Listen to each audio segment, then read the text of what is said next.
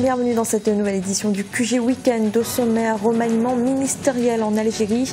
3 portefeuilles clés changent de main. Il s'agit de ceux de l'intérieur, de l'énergie et des finances.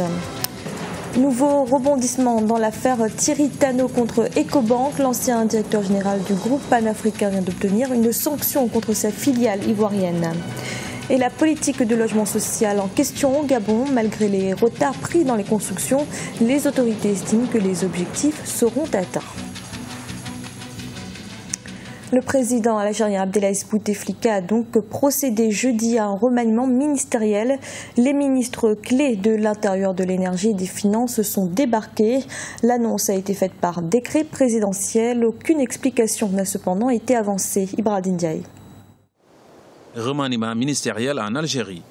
Le président algérien Abdelaziz Bouteflika a procédé ce jeudi 14 mai à un remaniement ministériel. On note le départ de plusieurs ministres, notamment celui de l'Intérieur, de l'Énergie ou encore des Finances. Au total, 13 ministères ont été concernés par ces changements. Habituellement, le président Bouteflika change le gouvernement pratiquement après 1 année ou 2 ans. Cela a été constaté largement depuis son arrivée au pouvoir en 1999. C'est le 13e gouvernement du président Bouteflika en presque 16 ans de règne. Disons que ce changement a été motivé par plusieurs choses. D'abord, le secteur de l'énergie a connu ces derniers temps une crise puisqu'il y a un effondrement des cours pétroliers et gaziers, et le ministre de l'énergie sortant, qui s'appelle Youssef Youssoui, a été un peu critiqué de n'avoir pas prévu cet effondrement sur les cours pétroliers, surtout que l'Algérie dépend en grande partie donc de l'exportation des hydrocarbures, gaz et pétrole. Et deuxième chose pour le ministre de l'énergie, c'est la crise sur le gaz de schiste. Vous savez qu'il y a des protestations dans le sud algérien. La population refuse tout projet de gaz de schiste dans la région de Ain Salah notamment, parce que ça touche donc à l'environnement et notamment à l'eau. Le ministre de l'Intérieur a également quitté le gouvernement pour des raisons personnelles. La ministre de la Culture, Nadia Labidi, n'a pas été reconduite dans ce nouveau gouvernement qui doit désormais s'attaquer au chômage qui frappe le pays. La priorité, c'est d'abord de s'attaquer à du chômage, parce qu'il y a une grande crise de chômage en Algérie. Il y a des protestations partout, des manifestations notamment dans le sud algérien. Deuxième chose, c'est de redresser la barre de l'économie. C'est une économie qui est presque en faillite en raison de l'effondrement des cours pétroliers. On n'a pas pu construire, le gouvernement actuel ou ceux qui l'ont précédé, construire une économie productive. L'Algérie produit 1,2 million de barils par jour. Les hydrocarbures contribuent pour 60% au budget de l'État algérien et rapportent plus de 95% de ses recettes extérieures. L'économie souffre de la chute vertigineuse du prix du baril du pétrole. En Égypte, l'ancien président Mohamed Morsi est condamné à la peine de mort. L'ex-chef d'État destitué par l'armée en 2013 a été reconnu coupable d'évasion de prison et de violence durant la révolte de 2011. Une centaine d'autres accusés, dont des dirigeants éminents de sa confrérie des Frères musulmans, ont également écopé de la peine capitale. Écoutez à ce propos notre éditorialiste Gemal Taleb. Ce verdict, qui n'était de toute façon pas attendu tel qu'il était, est évidemment assez sévère. Il consacre bien entendu donc une chose nouvelle, la condamnation à mort d'un ancien président. La deuxième chose, c'est qu'il consacre définitivement la rupture entre les Frères musulmans et le gouvernement du président Al-Sisi. Et puis, en même temps, cela démontre encore une fois que nous ne sommes pas du tout dans une logique d'apaisement, mais plutôt dans une logique où, en définitive, on a choisi de camp. Alors, la population égyptienne est sans doute assez partagée. Le regard des pays voisins est sans doute aussi partagé. Et puis, le regard fondamental et important, donc, des monarchies du Golfe qui se tiennent encore la confrérie des Frères musulmans. Mais enfin, c'est un choix qui a été fait donc par la justice égyptienne. Il faut souhaiter donc que ce soit plutôt la justice égyptienne qui l'ait fait et pas du tout une injonction politique. Mais enfin, le verdict est assez lourd. Il concerne un ancien président. Il concerne surtout beaucoup d'autres membres de la confrérie des Frères musulmans. On verra bien dans les prochains jours si la situation telle qu'elle est maîtrisée, tout semble évidemment qu'il y a une maîtrise absolue de la situation, va se confirmer, et auquel cas, ça va sans doute sonner une débandade générale de la confrérie des musulmans et probablement une difficulté à l'avenir quant à la relation avec celle-ci, qui, ne nous faisons pas d'illusions, est assez ancrée dans la société égyptienne aussi. L'ancien directeur général d'Ecobank, Thierry Tano, vient d'obtenir auprès du tribunal de commerce d'Abidjan la condamnation de la filiale ivoirienne du groupe panafricain. Celle-ci devra lui payer 8,75 milliards de francs CFA.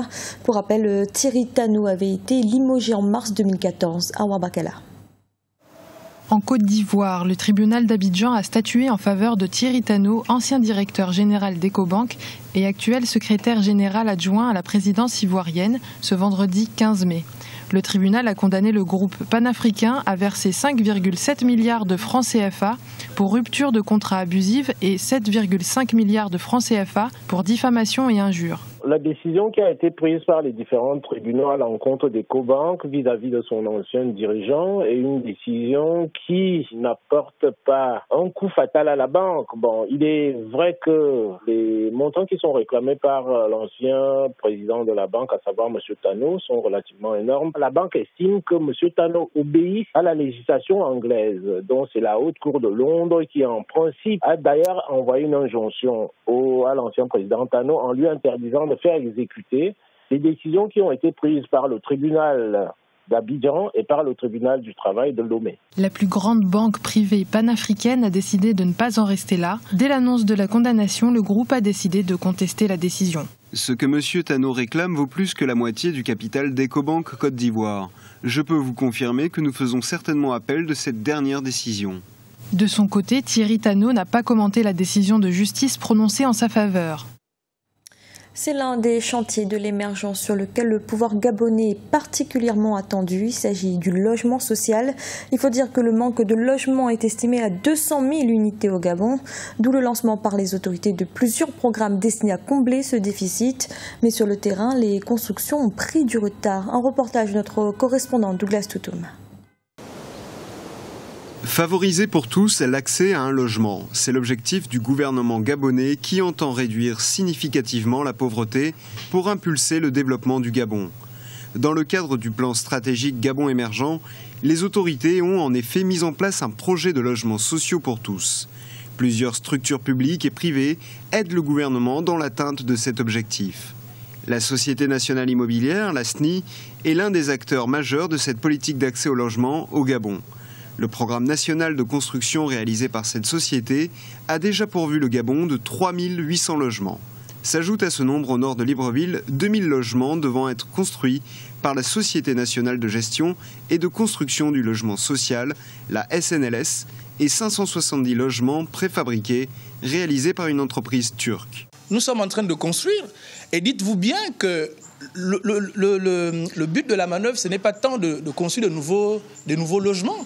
Ce que nous sommes en train de faire, il suffit simplement de prendre un certain nombre de logements qui ont un caractère véritablement social. Je vous ai dit, les logements vont vous m'avez posé la question, de 22 millions à 42 millions. Il suffit simplement de regarder dans ce que nous avons en cours d'achèvement, d'accord ?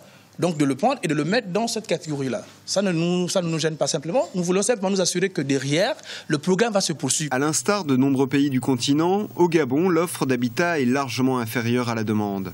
Selon les experts, pour combler le déficit de logement du pays, l'État doit construire 10 000 logements par an pendant 15 ans. C'est vrai que les gens sont pressés, il faut avoir leur logement et rentrer le plus rapidement possible parce que c'est la promesse qui a été faite par le chef de l'État. Mais derrière tout ça, vous avez un ensemble, que je viens de vous citer, de problématiques qui ne vous permettent pas de respecter les délais. Je rajoute à ça défaut de paiement, retard de paiement, pour des raisons, etc. Ça vous fait un cocktail assez difficile pour pouvoir respecter votre cahier de charge. Pour accéder à l'un de ces logements, il faut être de nationalité gabonaise, justifier de sa qualité de locataire et avoir un revenu mensuel n'excédant pas 300 000 francs CFA. Des critères qui font débat. C'était le journal de la rédaction. Merci de l'avoir suivi. Retrouvez dans un instant une nouvelle édition de l'information.